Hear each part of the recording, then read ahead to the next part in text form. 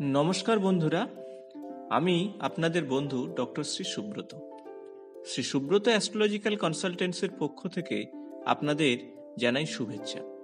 সম্পূর্ণ বিজ্ঞানভিত্তিক ও শাস্ত্রসম্মত জ্যোতিষ আলোচনা শুনতে ও দেখতে এবং মনস্তাত্ত্বিক পরামর্শ পেতে আমার চ্যানেলটি সাবস্ক্রাইব করুন। বাঙালি বাড়িতে ঠাকুরঘর থাকবে না, তা আবার হতে পারে নাকি? তাই তো ভগবানে বিশ্বাস করেন প্রতিটি বাঙালি এই ভিডিওটি অবশ্যই দেখবেন।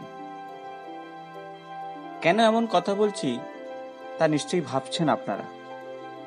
আসলে কম বেশি সব বাড়িতেই হনুমানজির মূর্তি রাখেন বা ছবি রাখেন, কারণ এমনটা বিশ্বাস করা হয় যে এই ছবি রাখলে আপনার জীবনে অনেক সংকট থেকে আপনার মুক্তি মেলে এবং নানাবিধ উপকার পাওয়া যায়। কিন্তু এই বিষয়ে কোনো ধারণা আছে কি নেই তা বলতে পারবো না, তবে হনুমানজির মূর্তি রাখলে বাড়িতে সত্যি অনেক সংকট মোচন হয়।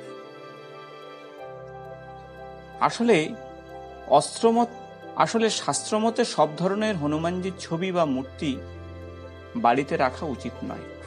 আর যদি কেউ এই নিয়মগুলো না মানেন তাহলে উপকারের থেকে অপকারই বেশি পাবেন। শুধু কি তাই, গৃহস্থের অন্দরে নেগেটিভ শক্তির মাত্রা ধীরে ধীরে বৃদ্ধি পাবে, ফলে একের পর এক খারাপ ঘটনা কিন্তু ঘটতে থাকবে।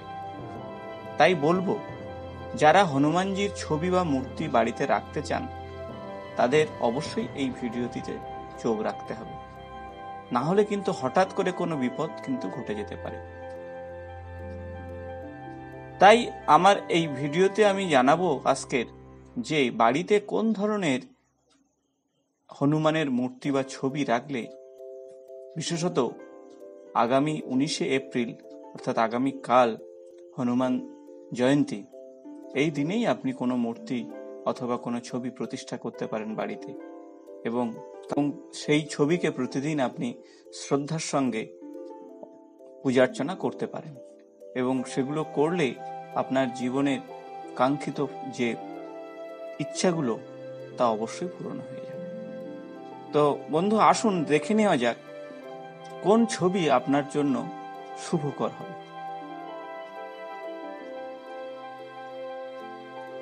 প্রথমে আসবো রামের আরাধনা করছে, অর্থাৎ ভগবান রামের আরাধনা করছে এমন একটা ছবি। এমনটা বিশ্বাস করা হয় যে হনুমানজি শ্রী রাম এবং সীতার সামনে ঝুঁকে তার প্রণাম করছেন এমন ছবি বাড়িতে এনে রাখলে গৃহস্থের অন্দরে শুভ শক্তির মাত্রা ধীরে ধীরে বৃদ্ধি পায় এবং আপনার জীবনের খারাপ সময়গুলো ধীরে ধীরে কাটতে থাকে। সেই সঙ্গে একের পর এক বাধা অতিক্রম করতে সাহস যোগায়, ফলে স্বাভাবিকভাবেই পরিবারের সুখ সমৃদ্ধি ছোঁয়া লাগতে থাকে।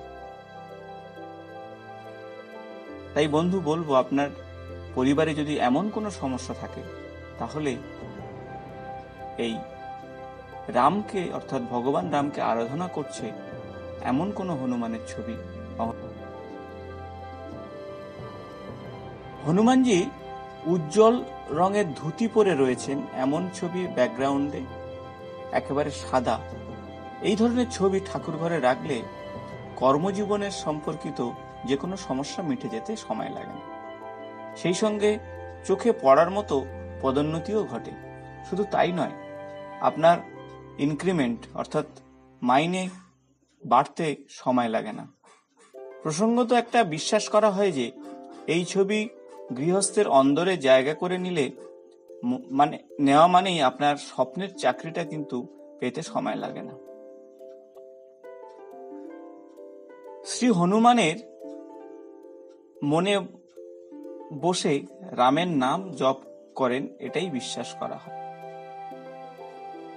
এমন ছবি ঠাকুর ঘরে জায়গা করে দিলে, অর্থাৎ ঠাকুর ঘরে যদি রাখেন, আপনার মনের অশান্তি ধীরে ধীরে দূর হয়ে যাবে।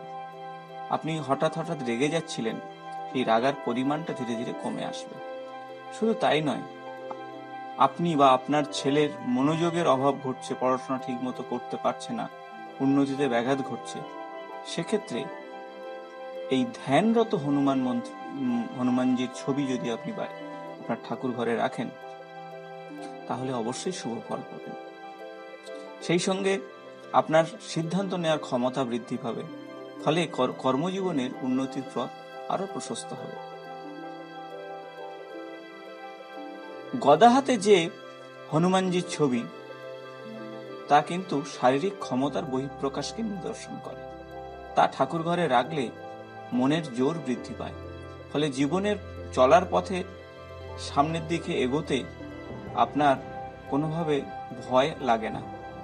তবে এখানেই শেষ কথা নয়, এমনটা বিশ্বাস করা হয় যে এই ধরনের ছবি বা মূর্তি সঙ্গে রাখলে আপনার মানসিক এবং শারীরিক দুটোই বৃদ্ধি পায়, অর্থাৎ দুটোর বল বৃদ্ধি পায়।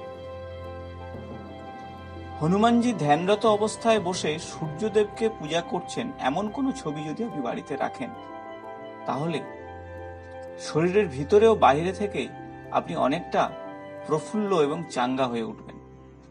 ফলে ছোট বড় যেসব রোগ আপনাকে আষ্টেপৃষ্টে বাঁধছিল তা কিন্তু দূরে সরে যাবে।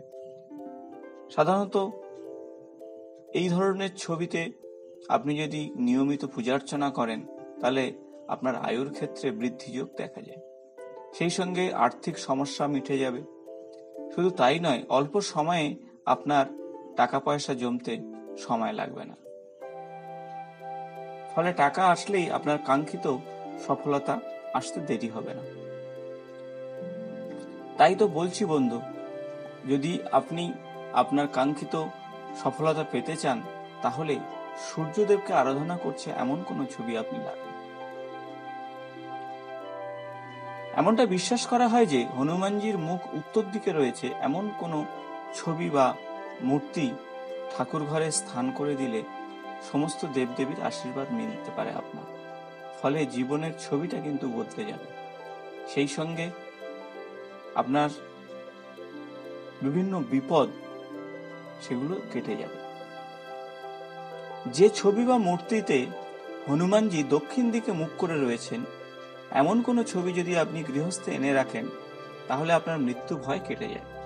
সেই সঙ্গে কোনো রকম ভয় আপনাকে ভীত করতে পারে না।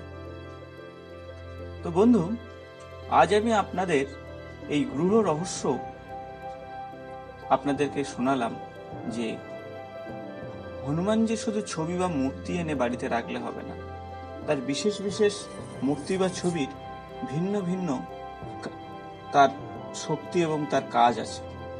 তো সেইভাবেই আপনার সমস্যা বুঝে বিভিন্ন ছবি আপনি বাড়িতে রাখবেন। অযথা উল্টোপাল্টা ছবি না রাখাই ভালো। তো বন্ধুরা, আগামী কাল অর্থাৎ 19শে এপ্রিল 2019 সবাই মিলে